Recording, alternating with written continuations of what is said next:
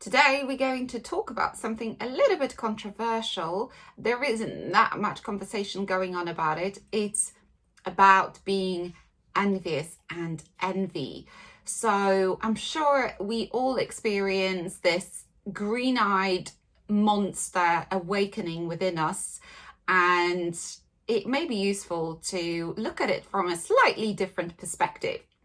If you are new to my channel or you watching my video for the first time, my name is Hannah McDaddock. I'm a performance coach and I help people with enhancing their emotional intelligence, overcoming procrastination in particular, and various other emotional challenges that impact our performance.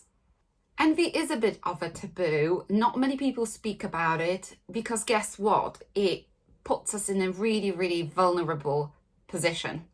And it's also known to be a pretty nasty trait, so no one wants to admit to it. What I would like to start with is actually stating that being envious sometimes is normal. Envy can be pretty toxic.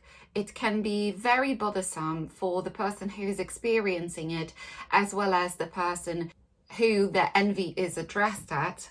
I'd like to highlight the fact that perhaps we may not want to demonize envy because it is natural.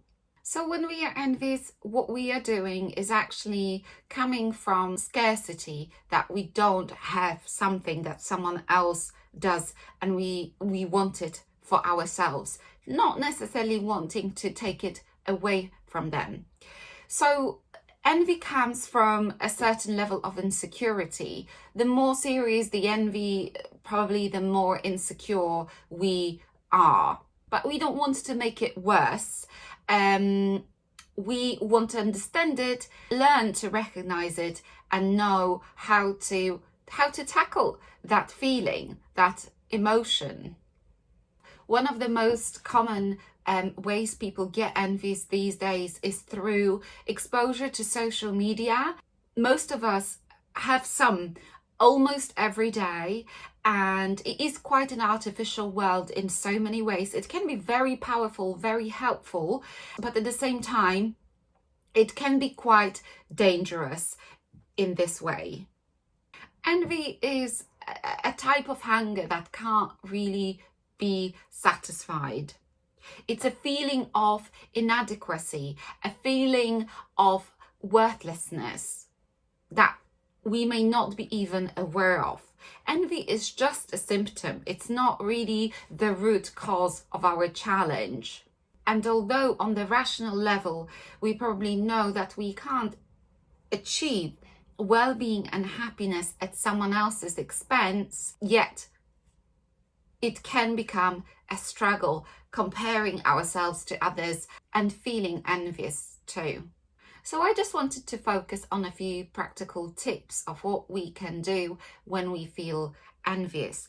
Well, it's good that we know that we feel envious when it happens, because like I said, it's a natural feeling and we all experience it to a certain degree. So it's important, as with all our feelings, to be able to recognize them and acknowledge them, give them that respect that they need. So rather than blame ourselves and try to just stop feeling it, it's good to actually stay with that emotion, with that feeling, and practice certain things that will let us disperse it in a more organic way. I think what is also worth remembering, so tip number 2, is that what we can see very often, what we get envious of, is just a facade.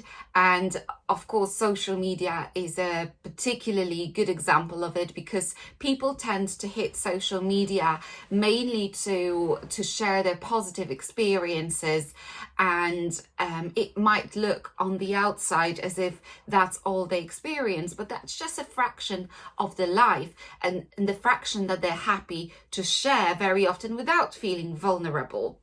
We need to remember as well that well-being and happiness are something we are responsible for in our life, and we are also in control of them. So it's all about us, and focusing on someone else's perceived well-being or happiness doesn't really make any difference to us, other than may make us feel worse if we are not aware of what we're going through. Tip number 4, this has perhaps become a bit of a cliche, but gratitude really helps. It helps to stop feeling angry, it helps to stop feeling envious, and it's a pretty genius feeling, gratitude, because it really helps with so many negative feelings in terms of working through them and coming out feeling stronger. Like with any feelings, especially those stronger ones, ignoring envy doesn't really help. It won't go away on its own. And if you act on it, it can be really toxic to a relationship. More importantly, to you. Again, practice mindfulness, because it is mindfulness that lets us actually notice our feelings and recognize them for what they are, and then deploy those strategies that help us work through feelings and simply move on. If you experience envy and you don't do anything about it, you actually end up making it worse over time. It is a script, it is a thought pattern, so it can be rewritten and changed for whatever it is that you want it to be. And as always, a very powerful way to do it is to write about it.